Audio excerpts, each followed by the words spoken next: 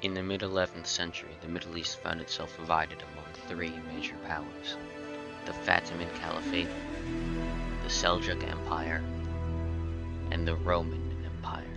In 1064, Seljuk forces under the command of Sultan Alp Arslan conquered and razed the strategically important Roman city of Ani. This left a gaping hole in the defensive network of Rome's eastern frontier. Under Alp Arslan, Seljuk armies continued raiding deep into Roman Anatolia, seizing key fortresses and raiding prosperous towns. In 1067, a new emperor rose to power in Rome.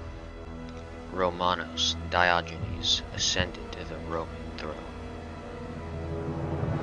Romanos was an experienced Cappadocian military commander, rising to the throne via marriage to the widowed Empress Eudokia.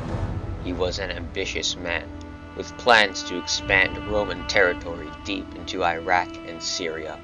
Incessant Seljuk raids forced the emperor to begin quickly raising an army. The Roman army consisted of thousands of professional soldiers from across the empire. Due to the prestige associated with serving in the Roman army, thousands of mercenaries flocked to the emperor's banner. Frankish, Norman, Turkic, and Bulgarian sellswords marched alongside the Romans. At the head of the army, the elite Varangian Guard served side by side with the emperor. This army was the best Europe could offer. They numbered up to 40,000. In 1069, the Seljuks signed a peace treaty with the Roman Empire. Sultan Alp Arslan, currently fighting the Fatimids, was in no mood to wage war on Rome. But the peace treaty was a ruse. The Roman host marched eastward. The emperor planned to crush the Turks, permanently drive their raiders out of Anatolia, and recapture key fortresses in Seljuk-occupied Armenia. Due to his years spent as a military commander, Romanos guided his well-supplied army through Anatolia without hassle. The plan was to rapidly march into Seljuk territory and catch the Sultan off guard. Sultan Alp Arslan quickly learned that the Roman Emperor was approaching key Seljuk fortresses near Lake Van. Caught off guard, the Sultan rushed to meet the invading Romans. Alp Arslan mobilized as many soldiers as he could before marching to defend Manzikert, moving through a route the Romans were unfamiliar with, disguising his forces from the enemy.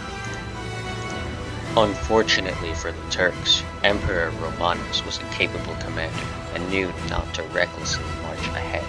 His army moved slowly, awaiting reconnaissance reports. Eventually, Roman scouts revealed the location of the Turkish army. Romanos quickly moved his army so as to trap the Turks east of the local mountains. At the same time, the highborn and capable commander Andronicus Ducas led another detachment of Romans around the mountains, seeking to encircle the Turks. Confident in the abilities of his horsemen, Alp Arslan pursued a pitched battle against the Romans.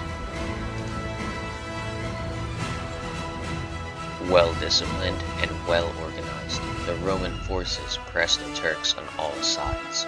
In the ensuing battle, the Turkish horse archers inflicted significant casualties on the Romans, but they were incapable of using their mobility to their advantage to divide up the Roman host. Eventually, the emperor and his Varangian Guard broke through the Turkish center, while Andronicus Ducas arrived with reinforcements to encircle the Turks. Trapped on all sides, the Turkish army was massacred. The great Sultan Alp Arslan was decapitated by a Varangian Guard. The Turkish army was completely annihilated. The Romans reconquered their lost territories.